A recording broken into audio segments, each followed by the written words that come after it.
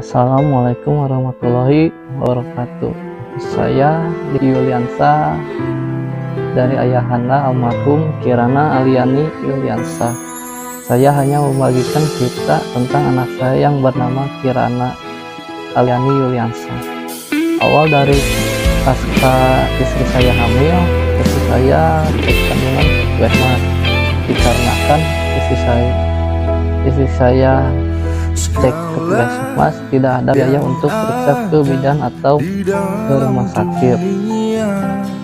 Saya pun terpaksa istri saya disuruh cek kandungan ke puskesmas. Awal periksa atau cek kandungan janinnya sangat bagus. Periksa 1, 2, 3, 4, 5, 6 dan ke-6 ada kabar posisi bayinya sungsang dan kata sang dokter diharuskan gerakan ungging agar posisi sang bayi tidak sungsang. Lalu saya bertanya,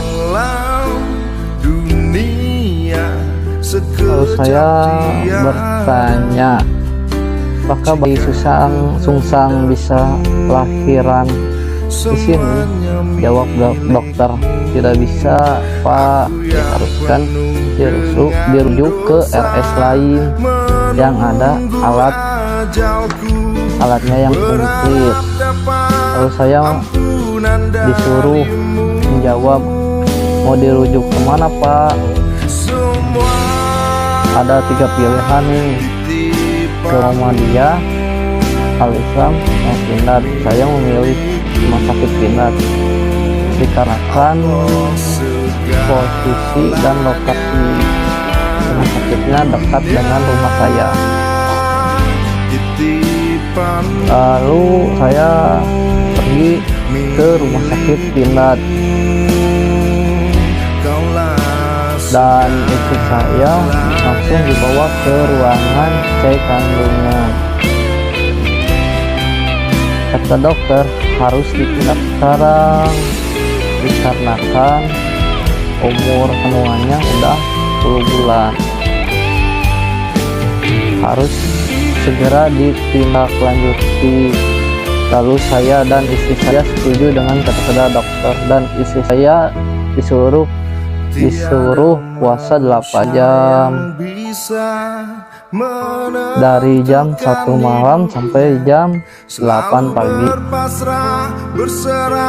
Sudah puasa sampai keesokan harinya, saya langsung ditindak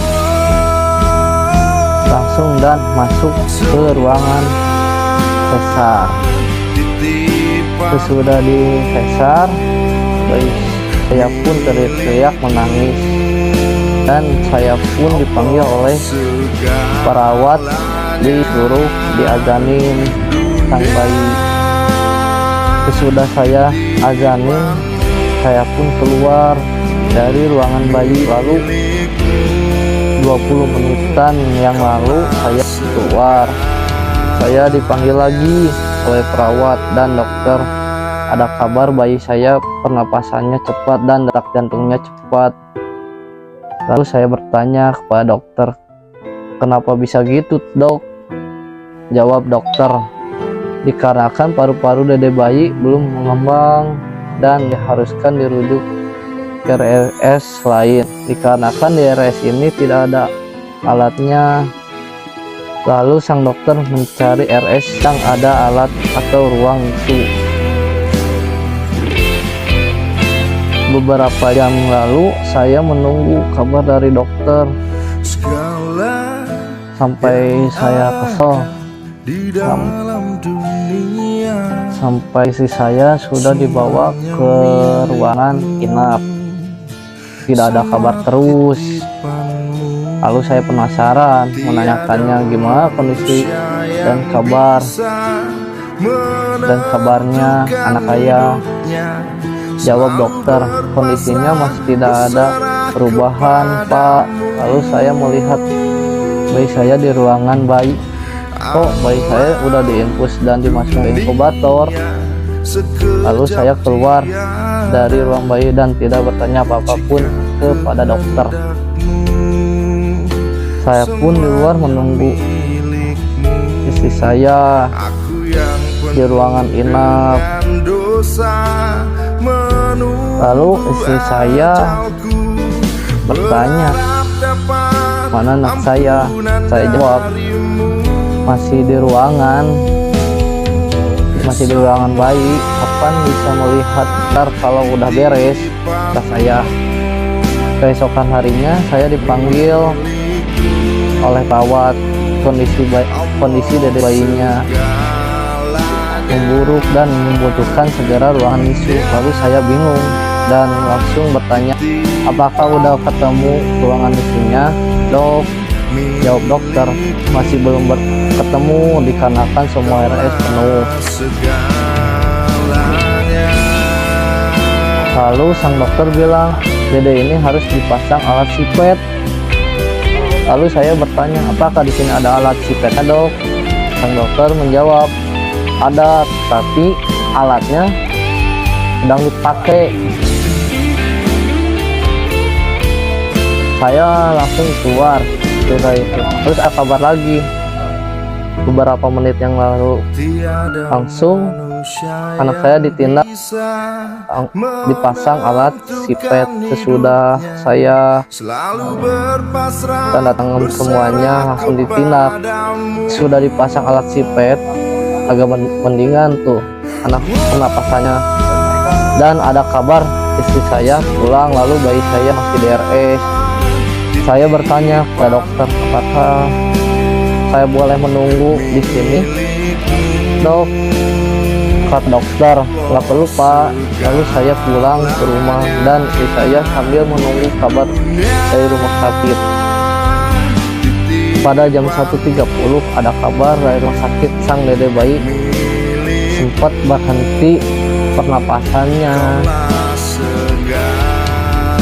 Lalu saya cepat-cepat pergi ke rumah sakit melihat dede bayinya sambil bertanya kondisinya. Kata sang perawat, barusan jam 1:10 dede bayinya sempat berhenti dan kondisi sekarang dede bayinya kritis.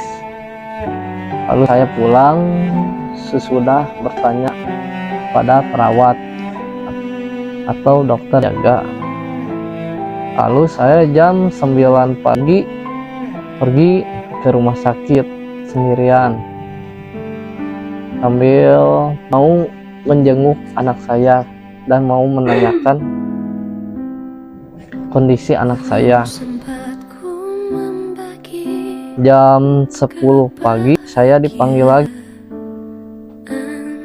lagi dan keadaan sang dede bayinya nampak memburuk dan diharuskan cepatnya mencari ruangan NICU.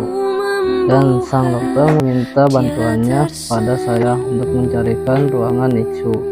Lalu saya dan keluarga saya mencari ruangan NICU tersebut dan seluruh rumah sakit pada penuh. Lalu saya pasrah dengan keadaan saat ini. Saya hanya bisa memberi doa pada Allah. Dan ada kabar lagi jam 17.30 saya disuruh tanda tangan lagi agar dipasang alat pompa manual. Saya pun setuju demi anak saya sembuh. Sesudah tanda tangan, anak saya dibawa keluar dan saya melihat anak saya waktu diais oleh perawat. Anak saya sempat melihat sambil meneteskan air mata. Lalu anak saya disimpan di ranjang, langsung dipasang alat pompa. Beberapa menit ada kabar memburuk, dede bayi udah meninggal. Jam 16.25 anak saya pun meninggal. Saya pun menangis dan di situ posisi saya sendiri, nggak ada saudara ataupun saya pun menelpon sana sini untuk memberi kabar ke anak saya. Dan disitulah akhir dan awal bayi saya.